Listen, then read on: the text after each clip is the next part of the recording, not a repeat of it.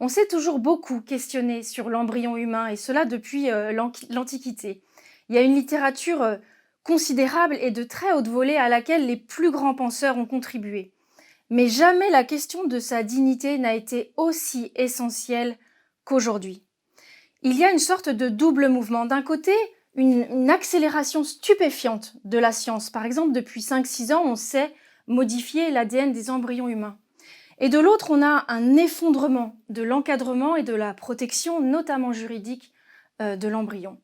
En France, on est passé en quelques années d'une interdiction totale d'instrumentaliser l'embryon à une quasi-autorisation de tout dans l'actuel projet de loi bioéthique. Pourtant, l'embryon d'aujourd'hui ressemble à celui de 1994, quand cette interdiction était posée.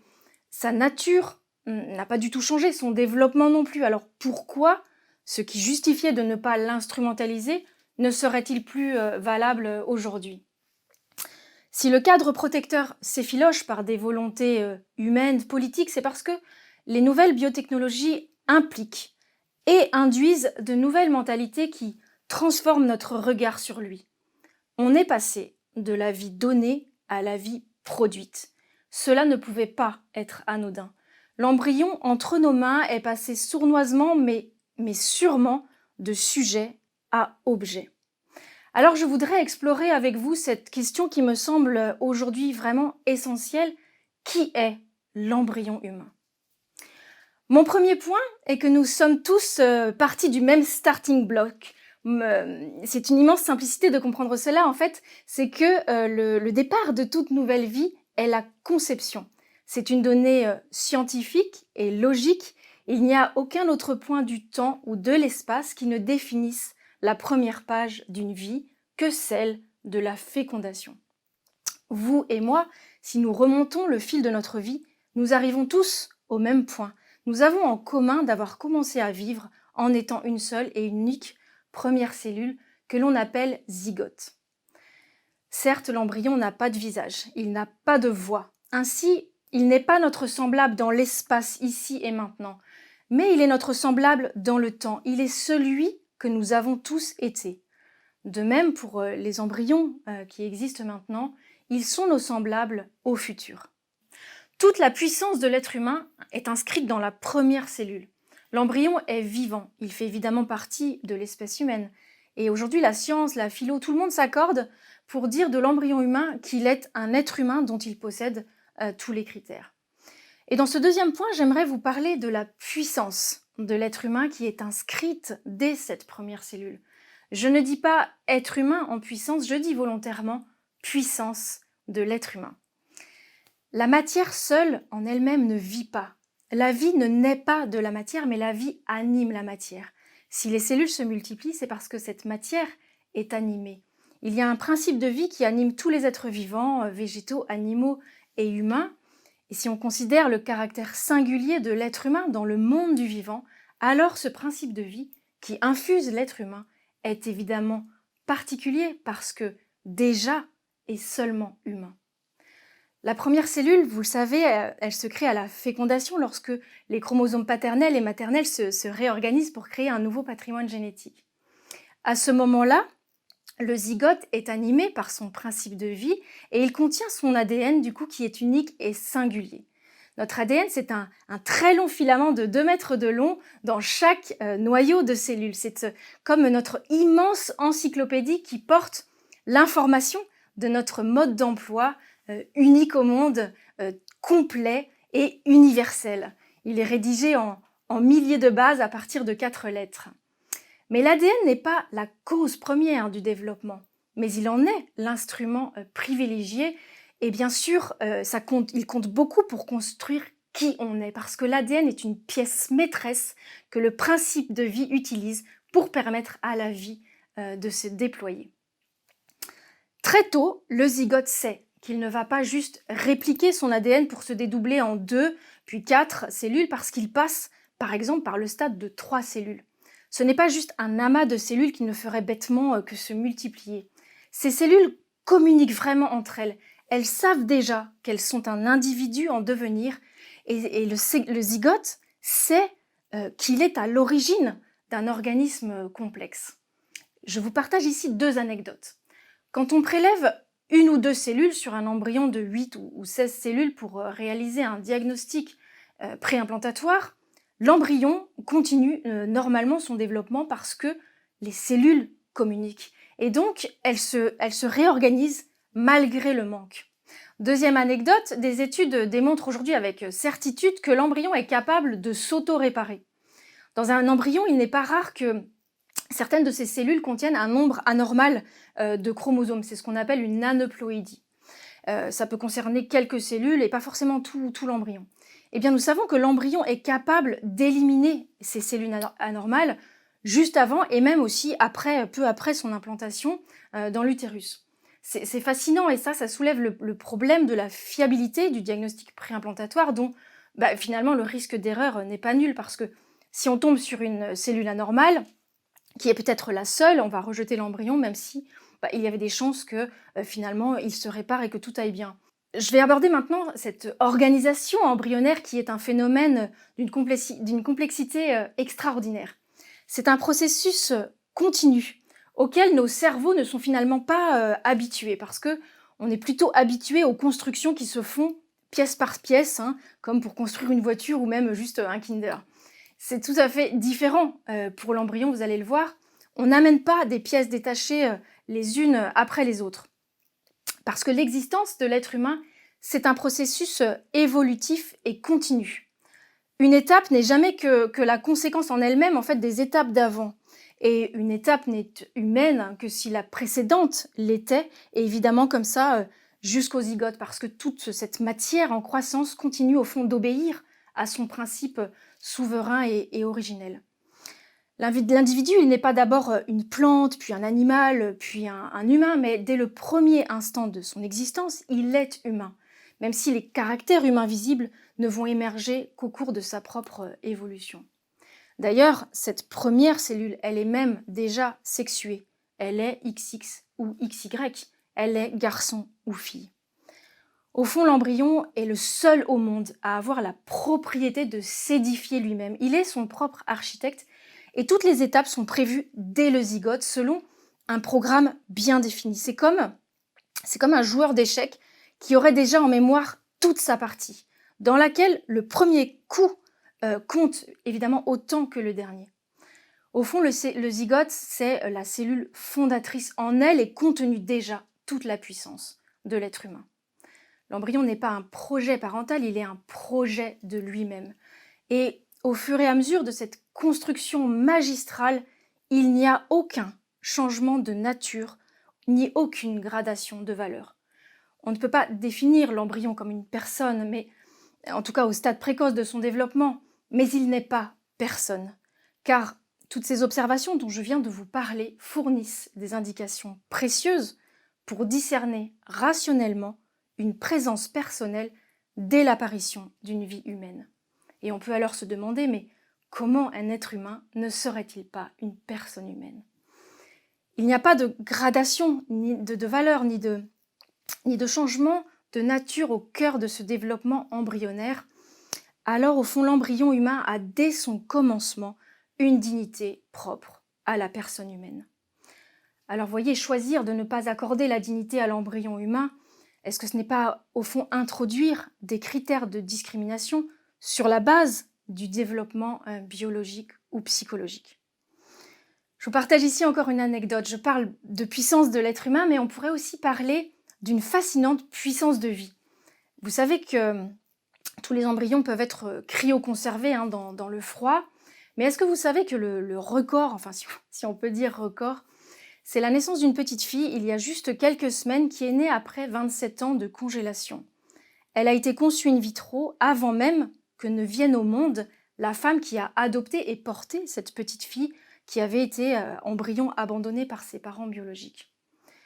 Il y aurait beaucoup à dire sur cette mainmise des biotechnologies sur la vie et sur cette forme d'acharnement procréatif, mais ce sur quoi je voulais mettre la lumière avec cette anecdote, eh bien, c'est la puissance de vie de ces quelques cellules qui reprennent après 27 ans leur développement selon leur programme bien défini pour conduire à cette finalité propre qui était la naissance de celles qu'elles étaient déjà. Mon troisième point va nous aider à comprendre que l'embryon vit. À quel point il vit en interaction absolue avec le monde qui l'entoure. Vous le savez, notre ADN est unique. Il n'a jamais existé avant, il n'existera jamais après nous. Mais voilà, je voudrais que nous essayions d'imaginer je l'ai dit tout à l'heure, notre ADN comme une énorme encyclopédie. Notre très grand mode d'emploi, en fait, il résonne en permanence avec toute notre vie qui se charge d'y ajouter de la ponctuation, des points, des virgules, des sauts de page, des filigranes. Et vous allez voir comme une simple virgule peut changer le sens d'une phrase. Vous voyez, si je dis par exemple « on mange, virgule, les enfants », ça n'est pas du tout la même chose que « on mange les enfants ». Eh bien, l'épigénétique, c'est aussi simple que ça. On ne change rien aux mots de notre encyclopédie d'ADN qui compose notre code génétique, mais on en change l'interprétation. Et maintenant, je vous propose cette image. Vous voyez le filament bleu, hein, c'est donc ce texte empaqueté dans son chromosome, 2 mètres de long, hein, je vous le rappelle, dans chaque petite cellule microscopique. Donc pour réduire sa longueur, il s'enroule autour de ces petites boules violettes que vous voyez. Ce sont des protéines qui jouent un rôle essentiel. Elles permettent de resserrer ou de relâcher ce filament. Et alors en faisant cela, les gènes sont soit camouflés, donc éteints, soit ils sont exposés et donc lus. C'est comme si dans notre encyclopédie, au fond, ce chef d'orchestre fermait des chapitres entiers. Vous voyez aussi ces petites soucoupes qui sont dessinées par endroits. Ce sont ces marqueurs que j'ai présentés comme ces virgules et ces points d'exclamation. Et ces deux phénomènes de bobinage en bobinage et de ponctuation concentrent l'essentiel de ce phénomène épigénétique qu'il me semble vraiment important de comprendre, en particulier pour tout ce qui touche à l'embryon, mais aussi pour nous-mêmes. Ça nous aide à comprendre que nous sommes en interaction. Nous comprenons aussi que notre sort n'est pas totalement scellé dans nos gènes. Je crois qu'un être humain, et c'est heureux, se révèle toujours plus mystérieux qu'on ne l'aurait cru. Vous voyez, peut-être qu'un jour on pourra ajouter le gène de l'oreille absolue à son enfant, mais qui nous dit qu'il aimera la musique ? L'épigénétique nous aide à comprendre comment les cellules se spécialisent aussi et comment elles se différencient. Parce que la même encyclopédie, elle est dans toutes nos cellules, depuis le zygote. Mais pour devenir une cellule de foie, il n'y a que le chapitre foie qui est ouvert. Le reste reste fermé et éteint. Pour une cellule de peau, ce sera le chapitre peau, etc. Mais le zygote, lui, il a sous ses yeux l'encyclopédie totale. Cette première cellule en savait finalement plus sur nous que n'importe quelle autre cellule de notre corps. Et donc, vous voyez, notre génétique, elle résonne avec le monde qui nous entoure, avec notre mode de vie, avec les événements qui nous arrivent, avec nos souffrances, nos peurs, avec nos joies. Et au fond, c'est ça, être en vie, c'est ça, être vivant, c'est être malléable. Je crois que notre vie modifie notre biologie, peut-être autant que notre biologie influe sur notre vie. Et tout ça revêt une importance majeure du côté de l'embryon humain. Parce que des marqueurs existent aussi sur les spermatozoïdes et les ovocytes qui fécondent l'embryon. Parce que des modifications épigénétiques peuvent être réversibles, bien entendu, mais aussi transmissibles. Et donc, nous entrevoyons une des raisons ici de la transmission transgénérationnelle, un phénomène assez fascinant. Voilà, parce que nous savons que l'embryon vit, et donc ce qu'il vit aussi in vitro, cryoconservé, selon l'environnement au fond dans lequel il baigne, il vit, tout cela a une influence sur lui. Et ce qui modifie une cellule embryonnaire se transmet à toutes les autres. C'est aussi pour cela que ce qu'on vit in utero s'inscrit sur les premières pages de notre vie. Vous voyez, un embryon, selon qu'il serait implanté dans une femme, dans un bidonville de Calcutta ou chez une riche californienne, deviendra la même et unique personne qu'il a toujours été, avec le même phénotype de couleur des yeux, de cheveux, etc. Mais, par contre, ces marqueurs épigénétiques seront différents. Et là, j'en viens maintenant à quelques réflexions personnelles sur la recherche sur l'embryon dont l'encadrement n'a de cesse de s'effondrer, surtout en France. Vous en avez un résumé dans le livret à la page 35. Il y a par exemple cette tentation de dire qu'il y a des embryons congelés dont plus personne ne veut, et bien autant les donner à la recherche. Je crois que cette vision utilitariste est un piège dans la réflexion éthique. Parce qu'ici, le critère de discernement, c'est l'utilité. Un acte serait-il bon juste parce qu'il est utile? D'autant qu'avec ce mode de pensée, le système ne peut que s'auto-alimenter. L'autre tentation, c'est celle du progrès à tout prix. C'est vrai que les cellules embryonnaires ont des caractères exceptionnels, je l'ai dit. Et oui, la recherche sur l'embryon permet des découvertes que d'autres cellules ne permettent pas. Et il serait, je crois, naïf de ne pas le reconnaître. Mais à quel prix? Parce que une recherche qui instrumentalise et détruit une catégorie d'êtres humains est-elle vraiment juste?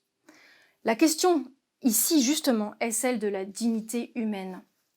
Et c'est en son nom qu'on a considéré que certaines expérimentations étaient contraires à la dignité humaine.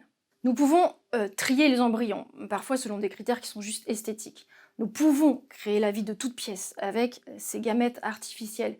Nous pouvons aussi, je l'ai dit, intervenir dans le génome des embryons pour modifier des critères génétiques. Et justement, des bébés génétiquement modifiés sont déjà nés en Chine, en Ukraine par exemple. Alors, demandons-nous comment accueillir l'idée qu'on est venu au monde sous condition ou fabriqué sur mesure pour s'ajuster aux désirs d'autrui, que ce soit parents, biologistes, sciences ou société. Nous naissons libres et égaux en droit, déclaration des droits de l'homme, mais comment cela peut-il être vrai dans le cas d'une manipulation génétique quand c'est justement devant la naissance que nous ne sommes désormais plus égaux? Dans ces manipulations irréversibles, le fort exerce sa liberté sur le faible. Et cela annule, au fond, la réciprocité et donc l'égalité entre le programmeur et le programmé. Et envisager la conception sous le seul angle d'un projet qui devrait être mené à bien, sans laisser de place à l'imperfection, au hasard ou à la providence, eh bien cela engendre une conception utilitariste de l'homme qui est, je pense, intrinsèquement contraire à la solidarité et aussi à la dignité humaine. Alors en conclusion, je voudrais vous montrer que en fait, la science, elle nous amène de plus en plus à comprendre le comment de la vie. Et c'est vraiment tant mieux, c'est très utile. Mais alors pourquoi notre émerveillement ne pourrait pas aussi, lui, aller en grandissant? Ce que la science, par contre, jamais n'expliquera, c'est le pourquoi de la vie. On ne voit pas sous la lame du microscope ce principe de vie infusé qu'on appelle aussi l'âme, et qui nous anime depuis notre première cellule jusqu'à notre dernier souffle. Mais faut-il toujours voir pour croire? Alors il n'y a pas de conclusion à cette immense question de qui est l'embryon. Je crois qu'on ne pourra jamais complètement décrire, définir, expliquer l'embryon, pas plus d'ailleurs je crois que l'homme, parce que l'enfermer dans des idées et des mots, ce sera toujours trop étriqué. Mais malgré cela, ou plutôt grâce à cela, nous pouvons choisir de le traiter avec dignité, pour la sienne et par la nôtre.